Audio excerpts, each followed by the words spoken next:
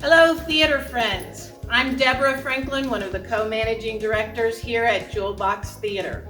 But today I am speaking to you as the director of Red, White, and Tuna, which will be performed at JBT later this year. Now you may think that's odd that Deborah is directing because someone else was scheduled to direct, and you would be right. Our sweet friend Adrienne Pierce was scheduled to direct Red, White, and Tuna after her success last year with Tuna Christmas. But Adrienne and her fiance Spencer have another production that they are working on right now, and this one has lifelong implications. So we wish them the very best as they prepare for their wedding, and we hope that they have a lifetime of happiness. And I'm going to step in and take over this production. Let's talk about Tuna. I remember when Greater Tuna came out originally, it was quite the thing. We were all fascinated by the two men playing all the different characters. A lot of us who were drama teachers used it in our school programs because we just cast all the kids that we could in the characters. And even though the characters are from Texas, I know that my Okie students were able to perform it really quite well. So it was a fun show for all of us whenever it came out. Last year, Jewel Box Theater followed with Tuna Christmas, and this year we're scheduled with Red, White, and Tuna, which takes us to Tuna, Texas once again, but this time on Independence Day weekend. Now, I know that in Oklahoma, in small towns, it is really quite common to have high school reunions on Independence Day weekend. I don't go to things like that, but I always used to see my older siblings do that. Usually they came home talking about how everybody was getting old, except them, but there was always lots of fun times to be had.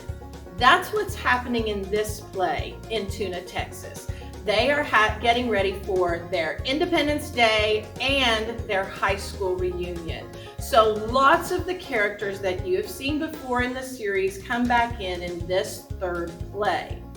Now, whenever I was reading this play, getting ready for the season after we got this gig in October of last year, one thing that I kept thinking is, there's really no reason women can't play these parts.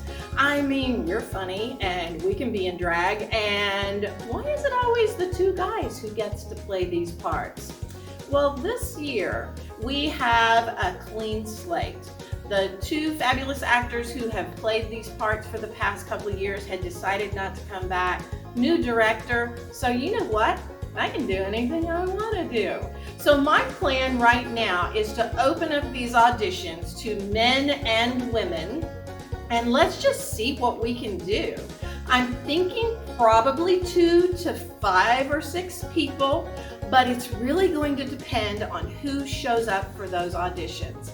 I am looking for people who are not afraid to be outrageous. If you're going to be a resident of Tuna, Texas, you have to be bold and outrageous. I am looking for people who are quick. We have to zip through this show and keep it funny. So I am looking for comedians, whether you're men or women. I would love for you to show up and audition for me. The first auditions will be on April 29th. That is our open call audition. It's Saturday, April 29th from 2 to 4 p.m. It is all going to be cold readings. So just come in, be prepared to do cold readings. Everybody has the same shot at this. If you've ever been at one of my auditions, I really like to keep things moving, and I like to see a little bit of everybody fast. So just come in prepared for that.